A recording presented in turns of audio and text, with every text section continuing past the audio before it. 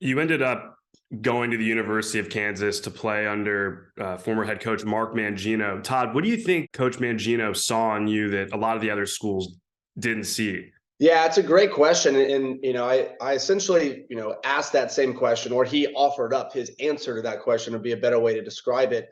It was actually after I had visited Kansas State for a summer mini camp with high school players. And one of the Kansas coaches had called me when I was on my way to go visit Kansas State and said, "Hey, we got your tape. We'd love for you to come on by.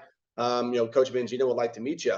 So my parents and I drove down to Lawrence, and we went in to meet with Coach Mangino. And I remember this pretty clearly. He goes, "Well, Todd, I saw your tape this morning for the first time." He goes, "I've seen all I need to see. We want to offer you a scholarship. He goes, I don't care how tall you are. I don't care how fast you are." He goes, you have the X factor. You have the it. And that's all I need to know."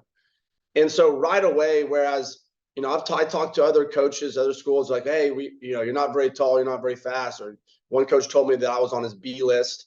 We ended up going on to beat them, Texas A&M. That felt good because I grew up a Longhorn fan anyways. But yeah, having a coach say that to you when you know that you're being overlooked because of size or speed or whatever it might be, to say, "Hey, I don't care about any of that.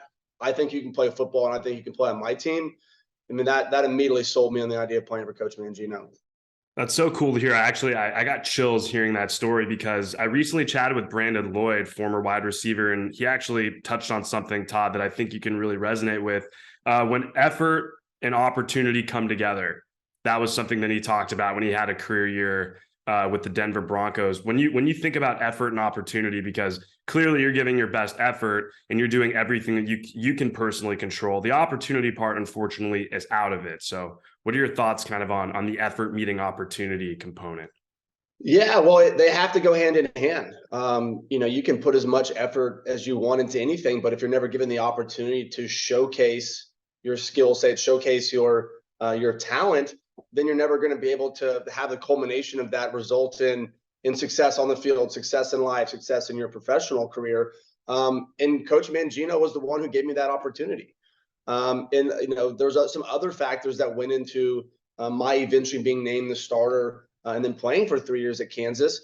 And part of that had to do with the fact that, unfortunately, the starter my freshman year was injured, and then the backup didn't play well, and they ended up pulling my red shirt. And that created the opportunity for me to then compete for the starting job the next year. So there's a little bit of good luck that has to go hand in hand sometimes with the effort that you put in, with all of the practice, all the hard work, so that you can get out there and showcase what you can do. I guess from a mental standpoint, Todd, at a young age, like how'd you kind of grasp all these different concepts? Because when you're young, I think we tend to be more focused on the game that we're actually playing and maybe not be as strategic. Did you have help from parents, coaches, friends growing up that really kind of helped you dial in, like, hey man, like just keep grinding, keep doing your thing? Or was that something that came from within yourself? No, I think it was definitely instilled, first and foremost, by my parents. Both my parents came from very humble backgrounds. Worked extremely hard their entire life to provide for me, my brother, my sister, to give us a better life than they had. My dad, they both were big athletes. Huge fans of sports growing up. My dad was a football player and baseball player and all that. My mom is a heck of an athlete as well. So, my dad would drop anything he was doing to take us out to the baseball field and hit grounders, or go out there and throw the football around and play games in the yard. My mom pushed us really hard academically. She came from a long line of educators in her family, and so mom didn't accept B's, right? So you were either getting an A or you were going to get in trouble. So I think really that hard work, that determination, really started with my parents. I think that then translated into really learning the X's and O's of football with my high school coach, guy by the name of Jeff Dykes, who's still coaching here in Austin. Led Lake Travis to their first state title a few years after I left. And he was really the one that pushed me to be a better football player, right? He made me become a student of the game, when I'm betting a lot of kids in high school weren't doing film study and sitting down and spending an hour after practice with their coach to understand the game, understand how to read defenses. And he's the one that really, I think, took my game to a whole nother level that created the opportunity for me to get a college scholarship. So 2007 season, you're at University of Kansas. Dude, you rip it up. 12-1 overall record. You guys win the Orange Bowl. Your stats that year: 3,486 passing yards, 33 touchdowns, 7 picks. When I read all that off to you, man, like what kind of pops into your head, given all the doubts and all the other stuff that happened before leading up to that? Yeah, well, you mentioned getting chills earlier. I think I just got chills that time thinking back about that. I don't think I ever get tired of talking about that 07-08 season. And obviously, anytime you go back, or I go back to Kansas, or you read one of the Kansas fans, everyone always remembers where they were during the Orange Bowl game, or where they were, watching Kansas go on this historic run, because the university had never seen anything like that before. But there's so many great memories from that season. And I really think it started in the off season before. We had a lot of really talented players on both sides of the ball.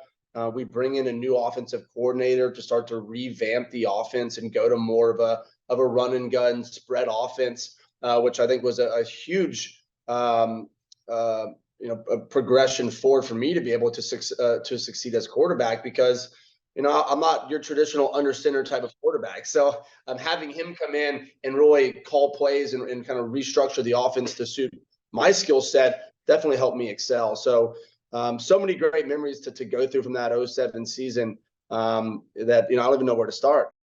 Well, I think it's so crazy, man, because typically when you look at statistics over at any college football program, any sport, there's usually like pretty close from number one in a specific category to number two. For you, it's insane. Todd, you finished your University of Kansas playing career with 11,194 total passing yards, a school record.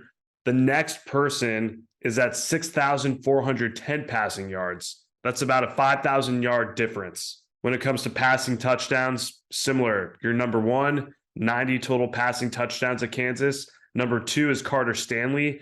He finished with 37. Your stats are crazy, man. Well, I guess that goes to show that we had never really run that spread offense that I was talking about before, because we hadn't had a ton of success in the passing game. But yeah, I mean, those stats, it's certainly humbling to hear that. I'm very proud of what I was able to accomplish at Kansas, but I think that's also a reflection of all the guys that I played with, of all the coaches that I had calling plays and setting us up for success, allowing us to succeed out there each and every week. So it's great to be able to share those kind of records and share them with my teammates, because those are some impressive numbers if you think about it. And it's just it brings me great pride to be able to know that we accomplished so much those few years at Kansas. It was just cool to see, just from my POV, just as a college football fan, just to kind of read up a little bit and just really just see how you got there. You were given that opportunity, you're given that chance. And I think that's all we really kind of seek out in life. We're putting in the hard work. It's all about getting that chance and opportunity. Is there anything that you would kind of tell a younger version of yourself, or maybe a young man or young woman in the same position that you were, about how to kind of drive through some of the obstacles that you had to?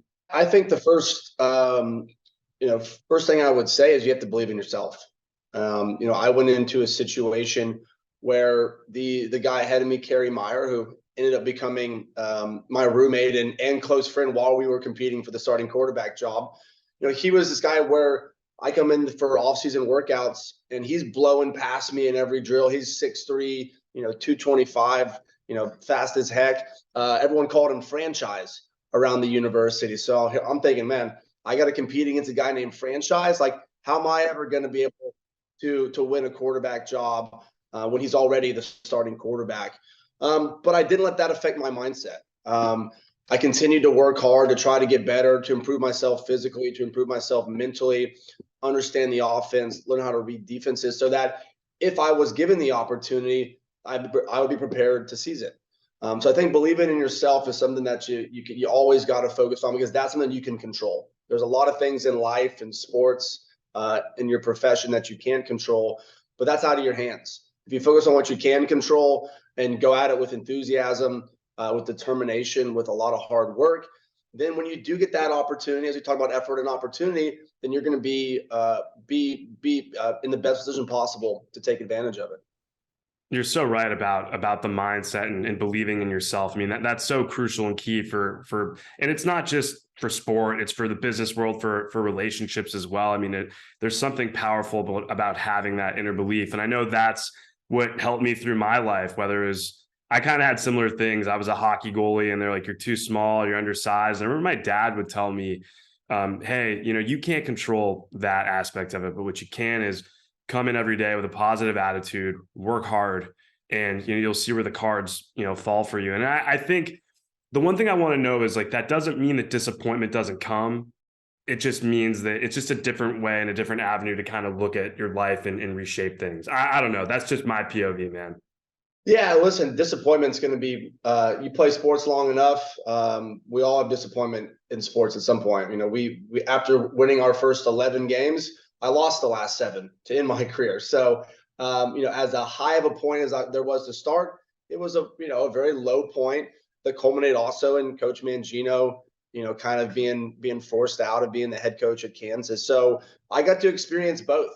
And the low lows aren't ever as bad as the high highs are going to be good. So you just got to keep yourself focused on the positive, even when things aren't going your direction. Again, you come back to that mindset. Lean on your teammates, lean on your friends and family for support. Because at the end of the day, whether it's sports or work or family, whatever it might be, the sun's going to rise the next day. You got a new opportunity to improve things, to work, to make things better. And if you keep that kind of mindset, everything's going to be okay at the end of the day. I love that, man. That's a powerful message. It's a really powerful message I'm excited for people to drop in and listen to this because again, sports, business, life, whatever it is, it's all so important. You're such a humble guy. And I do appreciate you, talking about how your teammates and how it was a complete team effort and Coach Mangino, giving you the chance. But Todd, you're considered the best quarterback in school history. When you hear that, what does that bring up for you today in this moment? Well, it brings up a lot of emotions. Like I said, I try to stay humble and deflect praise when it comes my way and have it be about my teammates because it was a collective effort. But I think it also is a reflection of all the work that I put in for 20 plus years of my life to get to that moment. I'm extremely proud of what I was able to accomplish at Kansas to have my name be inducted in the Ring of Honor and sit alongside guys like Gail Sayers and John Hadel. And John Hadel was someone that I become very close with, kind of like a mentor when he was working at the university and I was playing. And he actually was one of the ones that helped me get to my job after I ended up hanging up my pads for my playing career. So it's extremely humbling to have people mention my name in that same regard. So really proud, really happy that things turned out the way they did.